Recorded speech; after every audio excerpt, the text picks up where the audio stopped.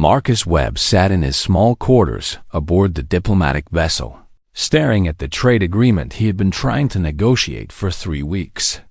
The words blurred together on the screen. He rubbed his eyes and leaned back in his chair. Being humanity's sole representative to the Galactic Council sounded impressive back on Earth, but the reality was much more boring and frustrating. The other species barely acknowledged humans existed. When they did notice him, it was usually to make comments about how primitive his people were. Just yesterday, the Zeltharian ambassador had laughed when Marcus suggested a simple resource exchange. Why would we trade with a species that still uses chemical rockets? The ambassador had said. Marcus closed his eyes, trying to rest for just a moment. The station's lights were always too bright, the air always too cold, and the constant hum of alien technology gave him headaches. He missed Earth. He missed trees and birds and the smell of rain. Somewhere in the distance, alarms began to wail. Marcus jumped to his feet, his heart racing. The station's emergency lights flashed red, bathing everything in an angry glow. His communication device crackled to life. All personnel remain in quarters. Security lockdown in effect. Repeat, all personnel remain in quarters. Marcus moved to his door, peering through the small window. Armed guards rushed past, their weapons drawn. These were not the usual station security forces. These were Cravathi warriors, towering creatures that looked like someone had combined a praying mantis with a lizard and made it 7 feet tall. Their chitinous armor gleamed under the emergency lights, and their multiple eyes scanned every corner with predatory focus. Something bad had happened. The communication device crackled again. This time, the voice was different. Cold, commanding, absolutely terrifying. This is Queen Matriarch Selvara of the Cravathi Empire. My daughters are missing. No one leaves this station until they are found. Anyone who harms them will watch their homeworld burn.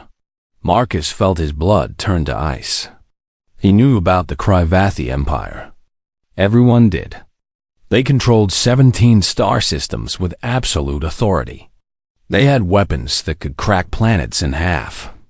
And now their queen's children were missing, and everyone on this station was a suspect. He sat back down, trying to stay calm. There was nothing he could do. He would wait in his quarters like everyone else and hope this got resolved quickly. 20 minutes passed. Then 30. The alarms stopped, but the red lights kept flashing. Marcus tried to focus on his work, but it was impossible. He kept thinking about those Cravathi warriors and their weapons. A soft sound made him look up. Something was scratching at his door. Marcus approached slowly, peering through the window again. At first, he saw nothing. Then he looked down. 2 small creatures sat in the hallway, looking up at his door. They were clearly young Cravathi, maybe 3 feet tall, with softer features than the adults. Their chitinous plates had not fully hardened yet, giving them an almost delicate appearance. But what struck Marcus most were their eyes. All 6 of them looked terrified and exhausted. Marcus glanced down the corridor. No guards in sight. He knew he should call security immediately. These had to be the missing princesses. But something stopped him. The smaller of the 2 was shaking. The larger one kept looking around frantically, her antennae twitching in distress. Marcus made a decision that would change everything. He opened the door. The 2 young Cravathi scrambled inside so quickly, they nearly knocked him over. The door slid shut behind them, and suddenly Marcus was alone with the 2 most valuable children in 17 star systems. "Okay," Marcus said softly, raising his hands to show he meant no harm. "It's okay. You're safe." The larger princess positioned herself in front of her sister, trying to look threatening despite her obvious fear. She made a chittering sound that Marcus's translator struggled to process. "Too bright," the device finally said. "Too loud. Everything hurts." Marcus understood immediately. He had spent years studying alien biology before becoming a diplomat. The Cravathi had extremely sensitive antennae that could detect electromagnetic fields and subtle changes in air pressure. The station's bright lights and constant electronic hum must have been overwhelming to these children. "I can help with that," Marcus said. He moved slowly to his control panel and dimmed the lights to almost nothing. Then he activated the white noise generator he used to help him sleep, which dampened some of the electronic interference. The change was immediate. Both princesses relaxed slightly, their antennae lowering from their distressed upright position. "Better?" Marcus asked. The larger princess nodded, a gesture she must have learned from watching other species. "Better," she said. Her voice was surprisingly clear, with a slight musical quality. "I'm Marcus," he said, sitting down on the floor so he would seem less threatening. "What are your names?" "I am Princess Lythe," the larger one said. "This is my sister, Princess Nara." Nara peeked out from behind her sister. She had not spoken yet, but her eyes watched Marcus with intense curiosity. "Your mother is looking for you," Marcus said gently. "She's very worried." "We know," Lythe said, "but we could not stay in our quarters. The lights were burning our eyes. The sounds were stabbing into our heads. No one would listen when we asked for help." Marcus felt a surge of anger. How could no one have noticed these children were in distress? But he kept his voice calm. "Well, you can stay here until you feel better," he said. "Then we'll get you back to your mother safely." Lythe tilted her head, studying him. "You are the human. The others say your species is weak and emotional." "They say that a lot," Marcus agreed with a small smile. "Are you weak?" Nara asked suddenly. Her voice was softer than her sister's. "Sometimes," Marcus said honestly. "But I don't think being emotional makes someone weak. I think it means you understand how you feel, and how others feel too." The princesses considered this. Then, without warning, Lythe moved closer to Marcus. Nara followed. They were testing him, he realized, seeing if he would react with fear or aggression. Marcus stayed perfectly still. He had worked with enough alien species to know that sudden movements could trigger defensive responses. Lythe reached out with one delicate claw and touched his hand. Her skin was cool and smooth. "You feel different from others," she said. "Calm, like the deep caves back home." Marcus did not know what to say to that, so he just smiled.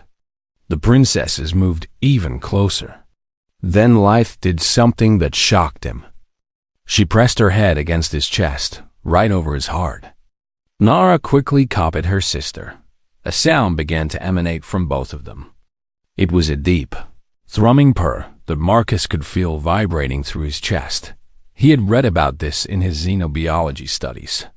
Cravathi children only made this sound when they felt completely safe, usually only with their parents.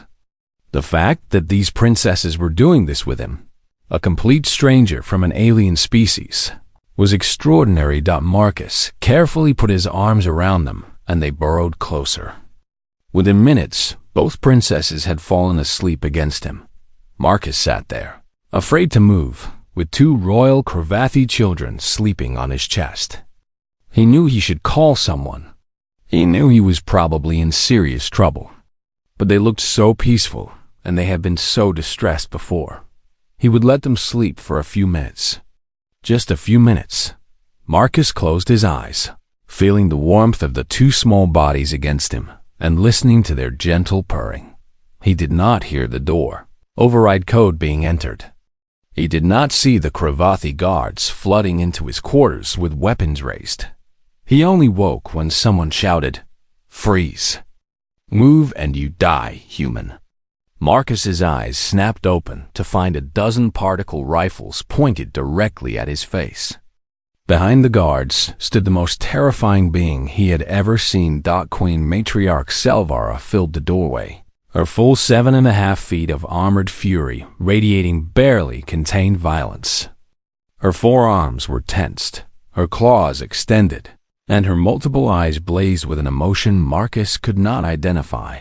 The princesses woke, startled by the commotion. But instead of running to their mother, they burrowed deeper into Marcus's arms and continued purring. The queen stared at this impossible scene.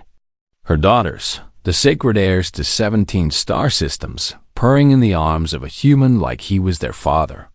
"Explain this," the queen said, her voice deadly quiet.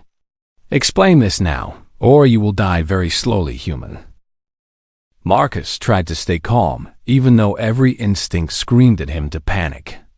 12 weapons were pointed at him, held by soldiers who could kill him before he could blink. And the queen looked ready to tear him apart with her bare claws. "Your Majesty," Marcus said carefully, keeping his voice steady, "I found your daughters in the hallway outside my quarters. They were in distress. And you did not think to contact security immediately?" The queen's voice could have frozen stars. "I was going to," Marcus said, "but they were suffering from sensory overload. The station's lights and electronic systems were overwhelming their antennae. I dimmed the lights and reduced the interference. They needed help right away." One of the guards moved forward, ready to pull the princesses away from Marcus. But the moment the guard reached for them, both Lythe and Nara made distressed chirping sounds and clung tighter to the human. "No," Lythe said. "He helped us. He is safe." The queen held up one hand, stopping the guard. She stared at her daughters, her expression unreadable behind her armored features. "Lythe, Nara, come here," she commanded. The princesses did not move. They pressed closer to Marcus, still purring. Something flickered across the queen's face. If Marcus had to guess, he would say it was pain. But it was gone too quickly to be sure. "They are purring," one of the guards whispered to another. "I have never seen them purr before." The queen's head snapped toward the guard. "What did you say?" The guard stood straighter, clearly nervous. "Forgive me, Your Majesty, but I have served the royal household for 6 cycles. I have never heard the princesses make the truss purr sound. Not even with you." The queen went very still. Then she turned to Marcus with new intensity in her gaze. "How did you do this?" she demanded.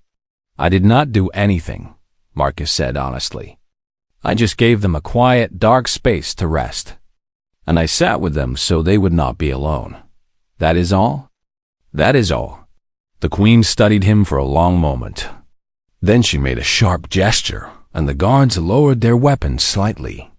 She stepped closer, moving with predatory grace that made Marcus's survival instincts scream warnings. She leaned down until her face was inches from his. Marcus could see his reflection in all 6 of her eyes.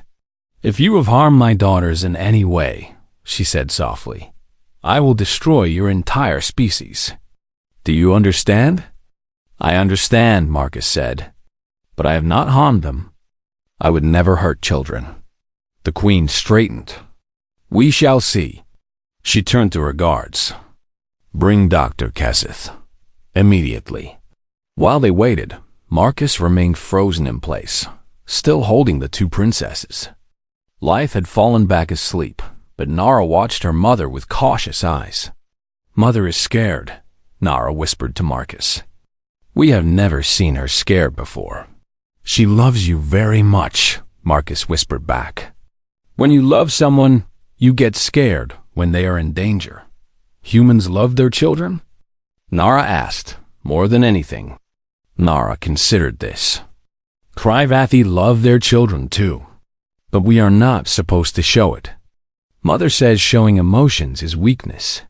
Marcus wanted to say that was wrong, but he kept quiet. This was not his culture, and these were not his children. He was already in enough trouble. Dr. Kesseth arrived within minutes. She was a Krivathi physician, smaller than the warriors, but with the same unsettling multi-eyed gaze. She carried a medical scanner and approached the princesses carefully. "Your Majesty, I need to examine them," Dr. Kesseth said. The queen nodded. Do it.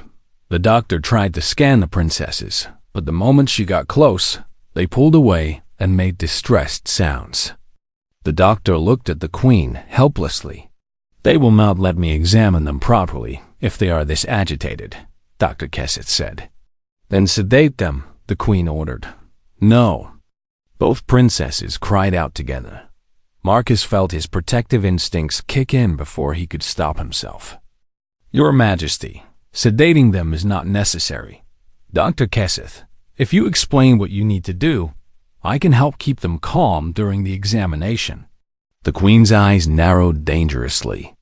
You presume to tell me how to care for my own daughters? No, Your Majesty, Marcus said quickly. I am just suggesting an alternative that might be less traumatic for them. There was a long, tense silence. Then the queen nodded once. Proceed. Dr. Kesseth moved closer, and Marcus spoke softly to the princesses, explaining each step of the examination. The doctor scanned their vital signs, checked their antennae sensitivity, and ran several diagnostic tests. The princesses remained calm throughout, trusting Marcus to keep them safe. Finally, Dr. Kesseth stepped back and looked at her scanner with confusion. Well? The queen demanded. They are perfectly healthy, Your Majesty, the doctor said. Better than healthy, actually. Their stress hormones are lower than I have ever recorded. Their neural patterns show deep relaxation and feelings of safety and contentment. That is impossible, the queen said. They were missing for nearly an hour. They should be traumatized. Dr. Kesseth tapped her scanner as if it might be malfunctioning. The readings are clear, and the trust per is genuine. They feel safer with this human than they have felt in months. How is that possible? One of the guards asked. Dr. Kesseth ran additional scans, this time on Marcus himself. Her eyes widened as she read the results. Extraordinary, she breathed. Your Majesty, I believe I understand what happened. Everyone waited. Marcus felt the weight of all those alien eyes on him. Humans produce a unique pheromone signature when they are calm, Dr. Kesseth explained. This particular human's biochemistry creates compounds that are molecularly similar to Krivathi parental comfort hormones. Additionally, his body temperature is lower than most species on this station, and his cardiac rhythm is steady and slow. Together, these factors create an environment that mimics the ideal Krivathi nesting conditions. The queen stared at Marcus like he was a puzzle she could not solve. You are saying this human accidentally recreated the perfect comfort environment for my daughters? Yes, Your Majesty. To the princesses, being near him feels like being in a safe nest with a parent. It is pure biology. Marcus thought the explanation would help, but instead, the queen's expression darkened. So any human could provide this comfort to Krivathi young. She asked. Dr. Kesseth consulted her scanner. Theoretically, yes. Though this individual's particular biochemistry is especially compatible. The queen turned away. Her forearms crossed in what Marcus had learned was a Krivathi sign of deep thought or distress. Leave us, she commanded her guards. All of you, except Dr. Kesseth. The guards filed out reluctantly. When they were gone, the queen looked at Marcus again. My daughters have not felt safe since their father died 6 months ago, she said quietly. I thought they were adjusting. I thought they were becoming strong. With respect, Your Majesty, Marcus said carefully, they are children. It is normal for children to grieve. Not for Krivathi children, the queen said, sharply. We do not have the luxury of weakness. Our world was harsh. Our history is written in survival and strength. Children who showed too much emotion did not survive. But they are not on your harsh world anymore, Marcus said. They are here, in a safe place, trying to process the loss of their father. Maybe they do not need to be strong right now.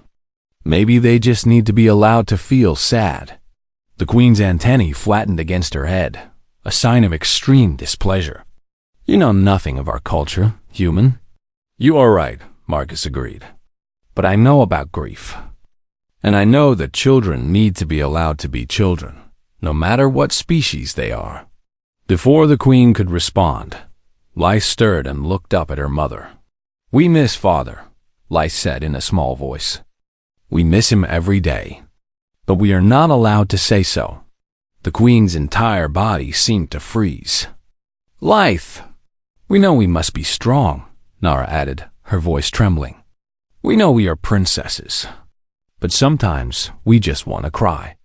This human let us feel sad. He said it was okay to miss Father. Marcus had not actually said that, but he did not correct her. The Queen looked at her daughters, and for the first time, Marcus saw the armor crack. He saw a mother's pain beneath the ruler's mask. I did not know, the Queen whispered. You never said. You never asked, Lyth said simply.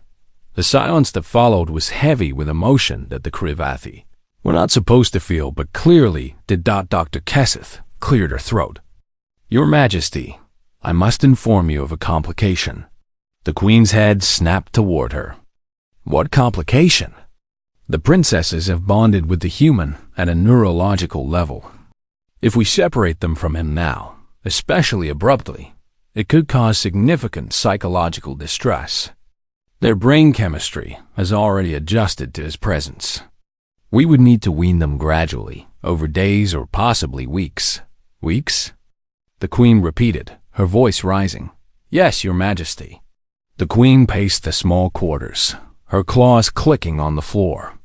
Marcus could practically see her calculating political implications, cultural ramifications, and personal feelings all at once. Finally, she stopped and looked at Marcus. This is unacceptable, she said. You are a human. My daughters are Krivathi royalty. This cannot continue. I understand, Marcus said. I did not mean for this to happen, and yet it has happened. The Queen was silent for another moment. Then she made her decision. You will come with us to Kirith Prime. You will serve as temporary caretaker for my daughters, while Dr. Kesseth finds a way to safely break this bond. You will tell no one of this arrangement's true nature. As far as the galaxy is concerned, the royal ship was nothing like Marcus had imagined. He had expected cold metal corridors and harsh lighting, but the Krivathi vessel was designed for their sensory needs. The lights were soft and adjustable, the temperature kept cool, and the ever-present hum of technology was dampened to almost nothing. His quarters were larger than his entire apartment back on Earth. The room had been hastily modified for a human, with furniture scaled to his size and a sleeping platform instead of the sand-filled resting chamber the Krivathi preferred. Most importantly, there was a connecting door to the princess's chambers. That door had not closed once since they departed the Station 3 days ago. Marcus sat on the floor of the princess's room, watching Lyth use a holographic display to show him Krivathi star charts. Nara sat beside him, carefully examining a small stone he had given her from his personal belongings. It was just a smooth river rock from Earth, but she treated it like precious treasure. This is the Kirith system, Lyth explained, pointing to a cluster of stars. We have 17 worlds under our control, and protection agreements with 43 others. That is impressive, Marcus said, genuinely interested. Lyth had become his enthusiastic teacher, eager to share everything about her culture. She reminded him of human children who loved showing adults their favorite things. Father used to say that ruling so many worlds was a heavy responsibility, Lyth continued. Her voice grew quieter. He said we must always remember that every world holds billions of lives, depending on us to be wise and just. It was the first time either princes had mentioned their father without prompting. Marcus chose his words carefully. He sounds like he was a good person. He was, Nara said softly, still examining the stone. He would read us stories before we rested. Mother says that was improper, that we are too old for stories. But we loved them. Stories are important, Marcus said. Humans tell stories to our children too. Stories teach us about the world and about ourselves. Life looked at him with all 6 eyes wide. Really? Even adult humans tell stories? Especially adult humans, Marcus said with a smile. We have stories that are thousands of years old that we still tell. Will you tell us one? Nara asked hopefully. Marcus thought for a moment, then began telling them a simplified version of a folktale about a kind woodcutter who helped a wounded crane.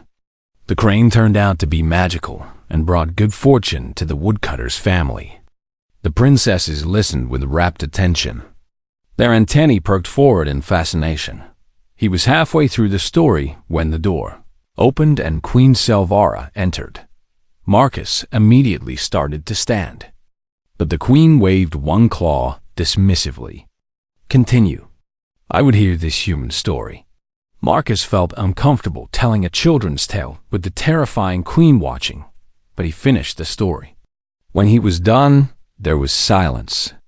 The crane repaid kindness with kindness, the queen said thoughtfully. This is valued in human culture? Yes, Your Majesty. We teach children to help others, even when it is difficult or dangerous. And if someone is weak? If helping them might endanger your own family? Marcus considered the question. We try to help anyway. We believe that strength should be used to protect those who cannot protect themselves. The queen's antennae twitched in what might have been amusement or disbelief. A noble sentiment. Impractical, but noble. She turned to her daughters. It is time for your lessons with Master Threnzel. Go. The princesses looked at Marcus uncertainly. He nodded encouragingly. I will be here when you get back. After they left, the queen remained. She moved to the viewing port that showed the stars streaming past as the ship traveled faster than light. Marcus stood awkwardly, not sure if he should leave or stay. Dr. Kazith has been studying the bond between you and my daughters, the queen said without turning around. She believes it will take at least 3 weeks to safely separate you. Perhaps longer. I understand, Your Majesty. Do you? The queen turned to face him. Do you understand what it means that the heirs to the Kryvathi Empire feel safer with an alien than with their own kind? Do you comprehend the political implications? I am beginning to, Marcus admitted. Though I did not intend any of this. Intent is irrelevant. Consequences are what matter. The queen moved closer, her height forcing Marcus to look up at her. Already, 3 noble houses have sent inquiries about the human who calmed the princesses. They see opportunity. They see weakness in my rule. I am sorry, Marcus said, because he did not know what else to say. The queen made a sharp clicking sound that might have been a laugh. Sorry. Such a human concept. You apologize for things you cannot control. She paused. Why did you help them? Because they needed help, Marcus said simply. They were children in distress. What else would I do? Report them to security. Let trained personnel handle the situation. Protect yourself from political complications. The queen tilted her head. Those would be the logical choices. Maybe, Marcus agreed. But they were scared. I could not just leave them like that. The queen studied him for a long moment. You truly do not understand how strange your species is to the rest of the galaxy, do you? We get reminded frequently that we are primitive, Marcus said with a slight smile. Primitive, yes, but perhaps not in the way others think. The queen turned back to the viewing port. My mate, the princess's father, was killed in what we called an accident. But I suspect it was assassination by a rival house. I can never prove it, so I can never seek justice. Marcus felt a chill run down his spine. Your Majesty, I am so sorry. There is that apology again. The queen's voice was bitter. He was weak. He showed too much affection for our daughters. He questioned traditions that should not be questioned. His weakness led to his death. Or his kindness made someone afraid of him, Marcus suggested quietly. The Queen's head snapped toward him. What did you say? Marcus knew he was taking a risk, but he pressed on. You said he questioned traditions. That means he was trying to make changes. People who want to change things are often eliminated by people who benefit from the old ways. That is not weakness, Your Majesty. That is courage. The Queen stared at him, her expression unreadable. Then, to Marcus's shock, she sat down on the floor beside him. It was such an unroyal thing to do that he could only stare. He wanted to change our child-rearing practices, the Queen said softly. He believed we were too harsh with Lythe and Nara. He wanted them to be allowed to play, to explore, to express emotions. I told him he was foolish. That such softness would make them weak. And now? Marcus asked gently. Now I watch them with you, and I see them happier than they have been since he died. I hear them laugh when you tell your silly human stories. I see them sleep peacefully without the nightmares that have plagued them for months. The Queen's voice grew even softer. And I wonder if he was right, and I have been wrong all along. Marcus did not know what to say to that. The Queen of 17 star systems, one of the most powerful beings in the galaxy, was confessing her doubts to him. Your Majesty, he said carefully, I think you love your daughters very much. And I think you are doing the best you know how. But maybe the old ways do not work for these new times. The old ways kept us alive, the Queen said sharply. The old ways built an empire. Yes, Marcus agreed. But empire building and child rearing are different things. Your ancestors needed to be hard to survive a hard world. But Lythe and Nara are not living on that hard world. They are growing up with resources and safety your ancestors never had. Maybe they can afford to be softer. Maybe that is not weakness, but evolution. The Queen was silent for a long time. When she spoke again, her voice was different, uncertain. I do not know how to be soft, she admitted. I was trained from hatching to show no emotion, no weakness, no vulnerability. It is all I know. Then, maybe you could learn, Marcus suggested. The same way Lythe and Nara are learning from me, you could learn too. The Queen made a sound that might have been a laugh or a sob. Marcus could not tell which. You are either very brave or very foolish, human, she said. Probably both, Marcus admitted. The Queen stood, and the moment of vulnerability passed. She was once again the commanding ruler, towering and powerful. We arrive at Kirith Prime tomorrow, she said formally. You will be presented to the High Court as the human who found my daughters. You will be given a rank and title. You will behave with the dignity expected of someone in my household. Is that understood?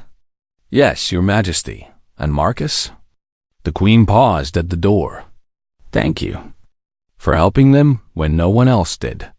Then she was gone, leaving Marcus sitting on the floor of an alien princess's room, wondering how his simple life had become so complicated. The princesses returned an hour later, chattering excitedly about their lessons. Lythe had learned a new mathematical formula. Nara had successfully completed a complex puzzle in record time. Master Threnzel says we are doing very well in our studies, Lythe announced proudly. I am sure you are, Marcus said. You are both very smart. Nara settled beside him, pressing her head against his arm in the way she did when she wanted comfort. Marcus, will you stay with us even after we reach home? For as long as you need me, Marcus promised. What if we need you forever? Nara asked in a small voice. Marcus. Kirith Prime took Marcus's breath away. As the ship descended through the atmosphere, he pressed his face to the viewing port like an excited child. The planet was covered in crystalline structures that caught the light of their blue sun and scattered it in rainbow patterns across the landscape. Beautiful, is it not? Lythe said proudly, standing beside him. The crystals are from ancient mineral deposits. They have been here since before the First Dynasty. The ship landed in the capital city of Taishkara, a sprawling metropolis of elegant spires and graceful bridges. But Marcus noticed something troubling. Despite the beauty, everything looked sharp and cold. There were no parks, no soft spaces, no places where children might play. A delegation waited at the landing platform. Dozens of Krumvathi in elaborate armor stood in perfect formation. Behind them, crowds had gathered to see the human who had found their lost princesses. Marcus felt his stomach twist with anxiety. He was about to be paraded in front of an entire alien civilization that had never allowed humans on their world before. The queen appeared beside him, magnificent in her full royal regalia. Her armor was inlaid with precious metals, and she wore the crown of 17 stars upon her head. "Remember," she said quietly, "you are here as an honored guest. Show no fear. The Kravathi respect strength. I will do my best, Your Majesty." The ship's ramp extended, and the queen descended first. The crowd erupted in a chorus of clicking and chittering that Marcus's translators struggled to process. It seemed to be some kind of traditional greeting. Then it was Marcus's turn. He walked down the ramp with Lythe on his right and Nara on his left. The princesses stayed close to him, and he could feel their nervousness in the way their antennae twitched. The crowd fell silent. Thousands of alien eyes stared at the human walking with their princesses. A tall Kravathi in ornate robes stepped forward. "I am High Chancellor Vexter," he announced in a voice that carried across the platform. "On behalf of the High Court, I welcome you to Kirith Prime, Marcus Webb of Earth." Marcus bowed, hoping it was the appropriate gesture. "Thank you, High Chancellor. I am honored to be here." The High Chancellor's antennae tilted in what might have been skepticism.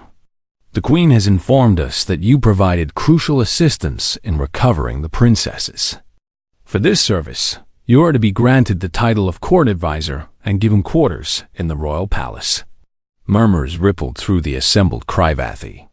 Marcus heard some of the whispered comments his translator picked up. "A human? In the palace? This is unprecedented. What does he have that our own people do not?" The High Chancellor raised one claw for silence. "Furthermore, Princess Lythe and Princess Nara have requested that Marcus Webb be granted the honored position of attending their education and development. The Queen has agreed." More murmurs. These sounded less approving. A Kravathi woman in dark purple armor stepped forward. "High Chancellor, I must object. It is improper for an alien to have such close access to our royal heirs. What do we know of human intentions?" "Lady Sheshkara raises a valid concern," another noble said, joining her. "Humans are an unproven species. They have no great achievements, no mighty empire. Why should we trust one with our most precious children?" The Queen's antennae flattened against her head, a sign of displeasure. But before she could speak, Lythe stepped forward. "We trust him," Lythe said clearly. Her young voice carried surprising authority. "Marcus helped us when we were suffering. He was kind when he could have been indifferent. He cared when no one else noticed we needed help." Nara moved beside her sister. "He tells us stories about his world. He listens when we talk. He never says our feelings do not matter." The assembled Kravathi fell silent. Children, especially royal children, were not expected to speak at formal ceremonies.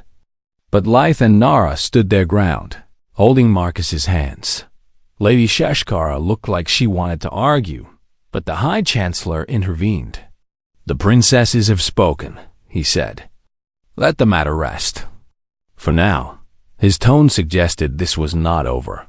The ceremony continued with formal introductions and ritual greetings. Marcus met more nobles than he could remember, each one sizing him up with suspicious eyes. Some were openly hostile. Others seemed merely curious. None seemed truly welcoming. Finally, they were escorted to the royal palace. The building was massive, with soaring ceilings and corridors wide enough for several Kravathi to walk side by side. But like the city, it felt cold and unwelcoming to Marcus. His quarters were in the west wing, connected to the princess's chambers. The rooms were spacious but stark. Someone had attempted to make them suitable for a human, adding furniture and adjusting the environmental controls. But it still felt alien. Marcus had barely settled in when Dr. Kesseth arrived with her medical equipment. "I need to run more tests," she said apologetically.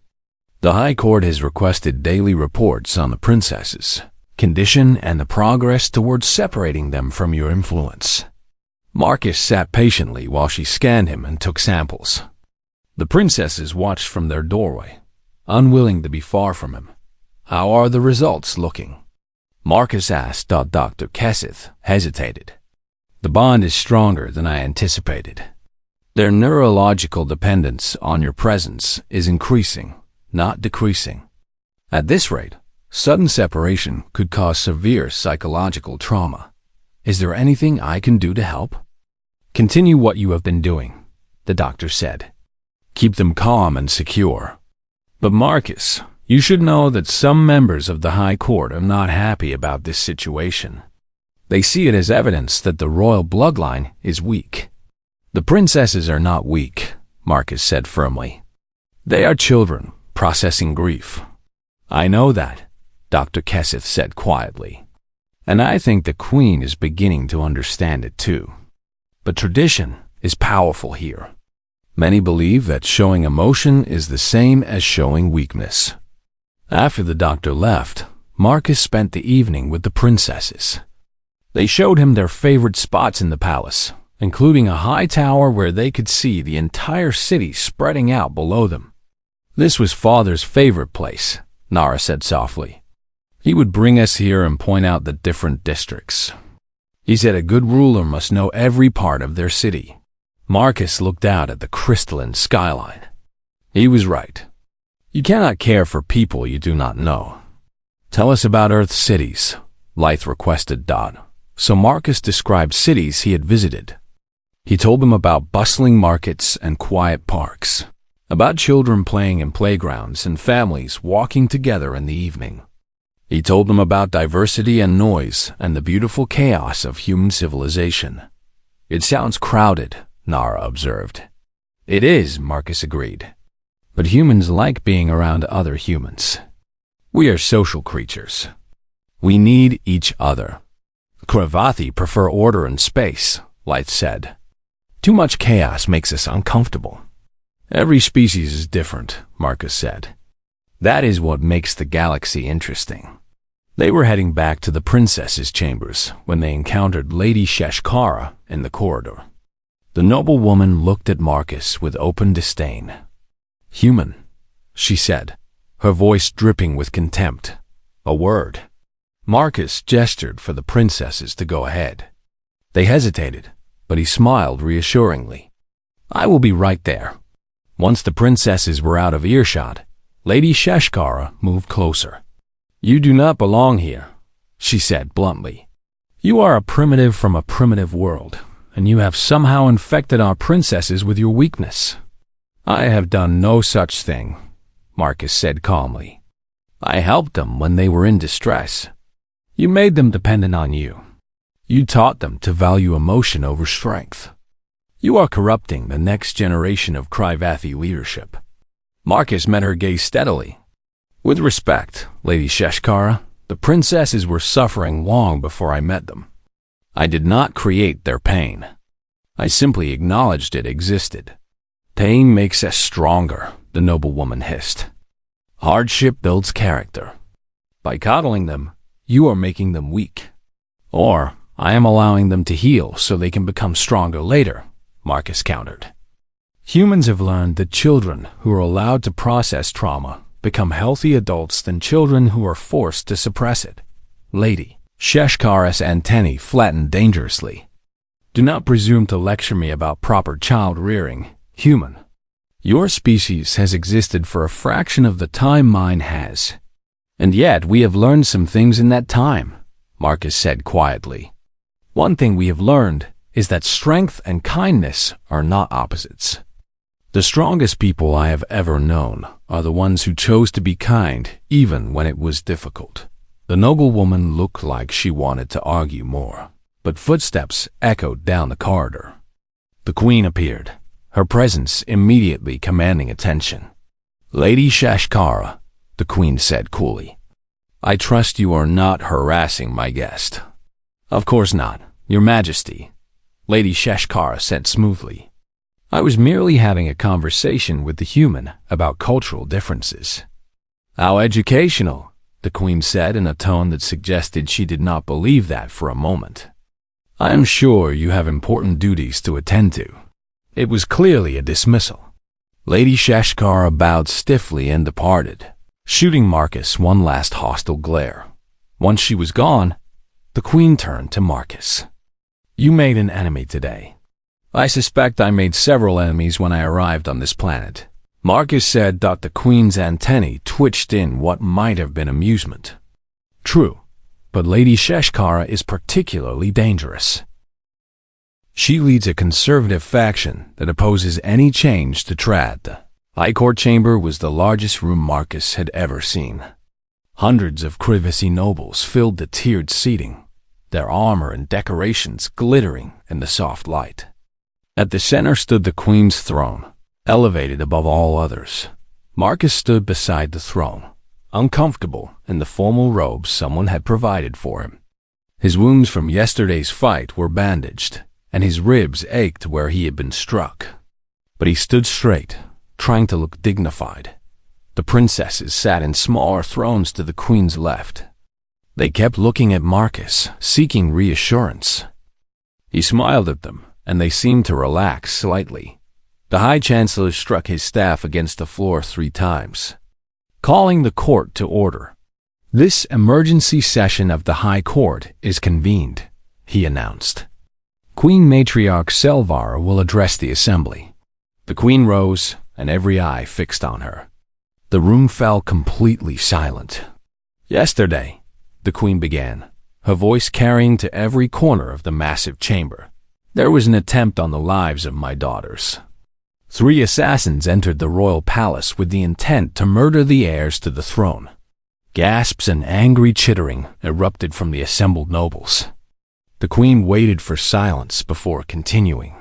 "The assassins were caught and interrogated. They confessed that they targeted my daughters because they believed Lyth and Nara had been made weak by their association with the human, Marcus Webb." All eyes turned to Marcus. He forced himself to remain still under their scrutiny. "They believed," the queen continued, "that kindness is weakness, that showing emotion is failure, that our traditions of hardness and suppression are the only path to strength." She paused, letting her words sink in. They were wrong. The chamber erupted in confusion. Nobles shouted questions and objections. The High Chancellor had to strike his staff repeatedly to restore order. "I know this is difficult to hear," the queen said once they quieted. "Our traditions have served us for thousands of cycles. They helped us survive a harsh world and build a mighty empire. But we are no longer struggling to survive on that harsh world. We rule 17 star systems. We have resources beyond the dreams of our ancestors. And yet, we continue to raise our children as if we are still fighting for our lives in the wilderness." Lady Shashkara stood, her armor gleaming purple-black. "Your Majesty, with respect, you speak of abandoning everything that makes us Kravathi. Our strength comes from our discipline and our emotional control, does it?" The queen challenged. "Then explain to me why my daughters, raised in the traditional way, were suffering in silence. Explain why they wandered the station corridors, overwhelmed and distressed, and no one noticed.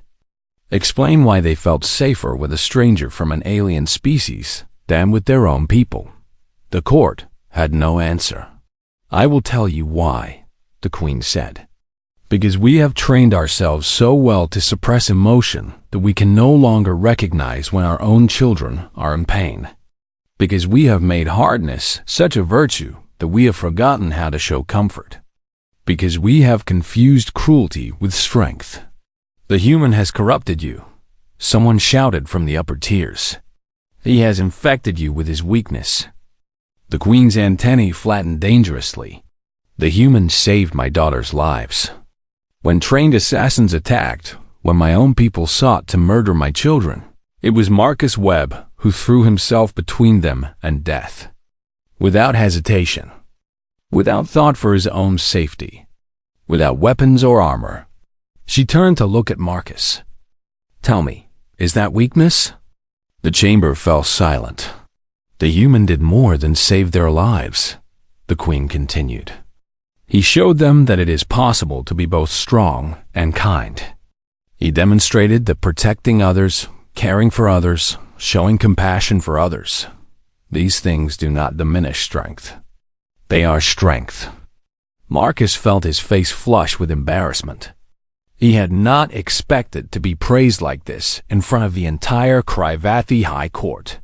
I have been blind, the queen admitted, and this confession shocked the nobles more than anything else she had said. I thought I was making my daughters strong by teaching them to suppress their grief. Instead, I was teaching them that their feelings did not matter, that they had to suffer alone, that asking for help was shameful. Life stood suddenly. Mother, it is time for truth, Lithe, the queen said gently. Then she addressed the court again. My daughters lost their father 6 months ago. I expected them to process this loss in the traditional way, with silence and stoic acceptance. But they are children, and children, regardless of species, need to be allowed to grieve. The human understood this. I did not.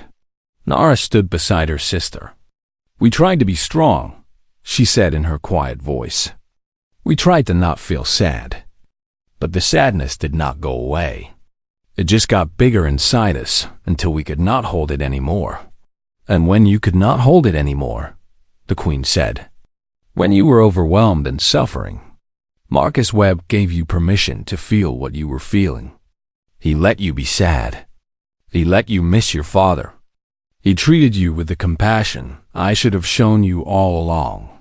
The queen's voice cracked slightly on those last words, and the entire court heard it. Their unshakable ruler showing emotion before them all.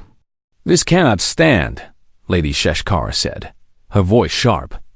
Your Majesty, if you proceed down this path, you will undo everything our ancestors built. You will make us soft, weak, vulnerable. Will I? The queen challenged. Or will I create a generation of Krivathi who are emotionally healthy as well as physically strong? Who can process trauma instead of being crippled by it? Who can show compassion without losing their edge? Marcus found himself speaking before he realized he was doing it. Your Majesty, may I? The queen gestured permission. Marcus stepped forward, acutely aware of hundreds of hostile eyes on him. Lady Sheshkara is right that I am from a primitive species, he said. Humans have not been spacefaring as long as the Krivathi. We do not rule 17 star systems. But we have learned some things during our time. One thing we learned is that the strongest warriors, the bravest leaders, the most effective rulers, they are not the ones who feel nothing. They are the ones who feel everything and act anyway. He looked around the chamber, meeting as many eyes as he could. I have studied your history. Your ancestors were warriors who fought impossible odds to survive. They were fierce and brave and strong. But they were also bonded to each other. They protected their young with ferocity. They mourned their dead. They celebrated their victories together. They felt deeply, and that depth of feeling is what drove them to fight so hard to survive. The human speaks truth, an elderly Krivathi said, rising from his seat. I am elder researcher Kishtan. I have spent my life studying our ancient texts. In the earliest records, before we became an empire, our people were described as passionate and fierce, not cold and controlled. The emotional suppression came later as a survival adaptation. But we never abandoned it. even when the threat that created it was gone. Lady Sheshkara looked furious. You would have us return to primitive emotionalism? Become like the humans, crying and laughing without dignity? No, the queen said firmly. I would have us find a balance. Keep our strength and discipline, but add compassion and emotional awareness. Create a culture that values both the warrior and the caretaker. Raise children who can fight when necessary, but who also know how to heal, to comfort, to connect. This is madness, another noble declared. The other species will see us as weak. They will challenge our authority. They will test our borders. Marcus surprised himself by laughing. The sound echoed strangely in the formal chamber.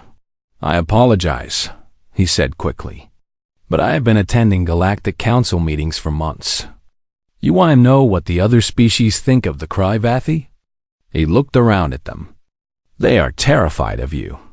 They think you are ruthless, powerful, and utterly without mercy. Nothing you do will change that reputation overnight. But if you add strategic compassion to your arsenal, if you become known as a species that is both fierce and fair, you will become something more dangerous than just feared. You will become respected. The chamber erupted in debate. Nobles shouted at each other, some supporting the queen's proposal, others vehemently opposed. The High Chancellor struggled to maintain order. Finally, the queen raised all four of her arms, and silence fell. I am not asking permission, she said. I am Queen Matriarch, and I have made my decision. The Kryvathi Empire will reform its approach to child-rearing. We will establish programs to teach emotional awareness alongside traditional strength training. We will allow our children to express their feelings while still maintaining discipline. We will create a new path that honors our past while adapting to our present. And if the High Court opposes this, Lady Sheshkara demanded, then the High Court is welcome to call for a vote of no confidence, the Queen said calmly.